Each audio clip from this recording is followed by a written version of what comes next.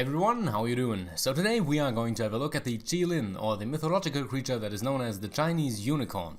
As you can probably already figure, the Qilin is a mythical creature from Chinese mythology. It was first mentioned in the Zhuan, a book of narrative history of China between 7070 and 476 BCE, a period that is now known as the Spring and Autumn period. Since its first mention, the Qilin was described many times by many different authors and during several different Chinese dynasties. The creature also found its way into Japanese and Korean mythos, where it's called Qilin or Qilin respectively.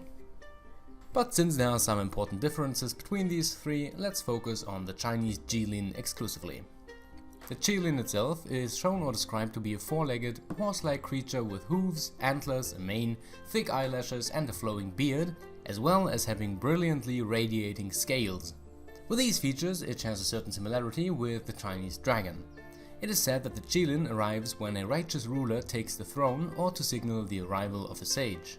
The creature itself has many majestic characteristics that are associated with purity and all-around goodness, such as being able to walk on grass without disturbing or bending it, and always avoiding stepping on any living thing. Even its voice is soft like chimes in the wind, and his demeanor is overall calm and very soft. A fun little detail here is that while the word Qilin describes the species, the word Qi only describes male and the word Lin describes a female Qilin. Now I'd like you to keep in mind that this creature was described several times during several different Chinese dynasties and therefore has some changes in appearance here and there. It can vary in color or thickness, its form can change slightly, but the creature basically stays the same. Modern research has led to the theory that the Qilin was heavily inspired by the giraffe of all animals, with its antlers, its graceful movement and its skin pattern looking kinda like scales, somehow. It all makes sense. Allegedly, an emperor even brought two giraffes back from his journeys, which was meant to symbolize his power, and you can only imagine what the common Chinese peasant thought of these animals when they first got a look at them. But enough of giraffes and Chinese peasants, back to the Qilin. So all in all, it can be said that the Qilin is a majestic magical giraffe that is closely linked to an illustrious ruler, and basically exists to signal that things are going very well.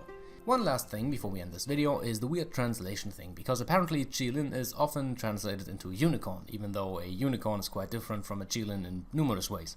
And while they do have similarities, the Chinese word for unicorn is actually du jiao zhou, so translating Qilin into unicorn or saying that Qilin is a Chinese unicorn is a bit confusing, and if someone ever does it, feel free to be a dick about it. Anyway, this has been a quick video about the Qilin. I hope you enjoyed it. If you have suggestions for another video topic, feel free to leave them in the comments down below. May the gods be with you, and I hope I see you next time. Goodbye.